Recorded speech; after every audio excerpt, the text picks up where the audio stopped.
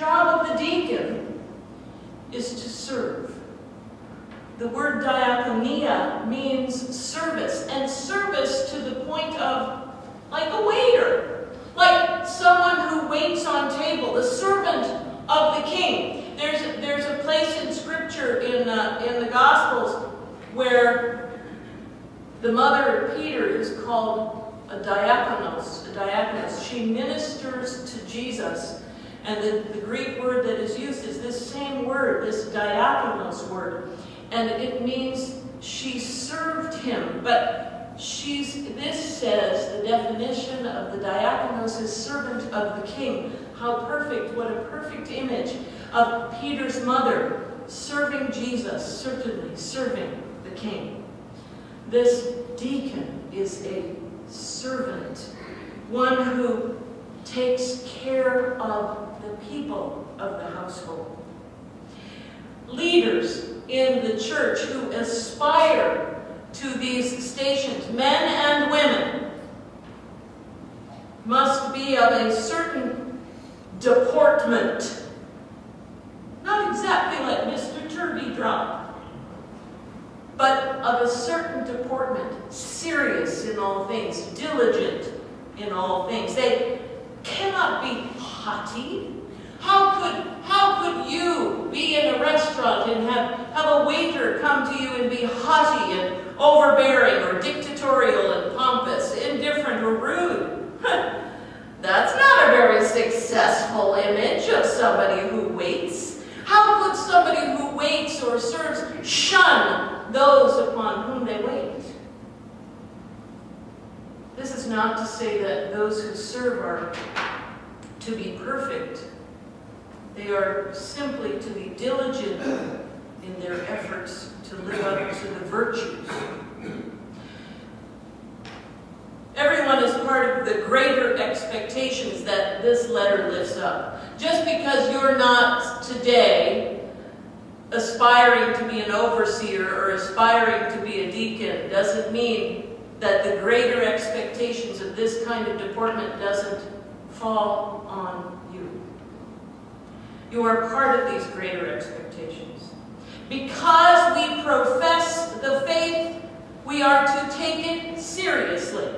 It's not just a handle to be tossed around, and I've said this before, it's not a secret password, like they used in the speakeasies of Prohibition days. Joe sent me. I'm a Christian.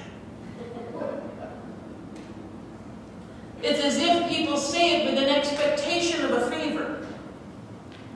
There's no point in announcing who we are if who we are cannot be recognized by something other than the announcement. We can scrawl the words, open hearts, open minds, and open doors all over the place.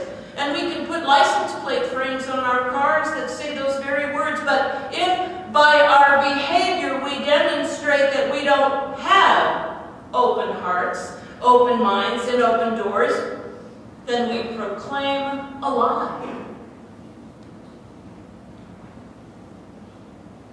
It is good for us to proclaim our beliefs. Many of us would feel like we missed something if we didn't say the affirmation of faith every Sunday. But have we ever sat down and studied the words that we are saying?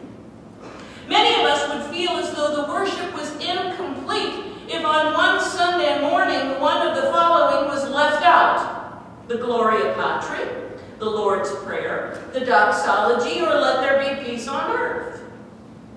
But these are not means of grace. These are not the things that connect us with God.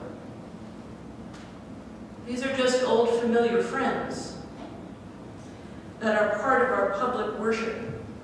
And it is our public worship, our gathering together in this place, that is the means of grace.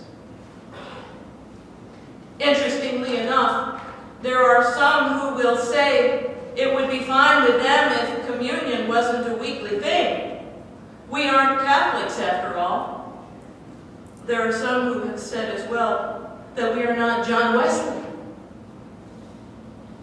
In this world, there are all sorts of churches. Some of them have stepped away from any denominational affiliation, choosing to develop a cultural ethos that appeals to the greatest number of adherents. Make it easy, make it palatable, make it black and white with no gray areas, make it entertaining, make it celebrative, make it elite or popular, make it in to be part of. You may bring lots of folks who are seeking something in their lives, something to believe in.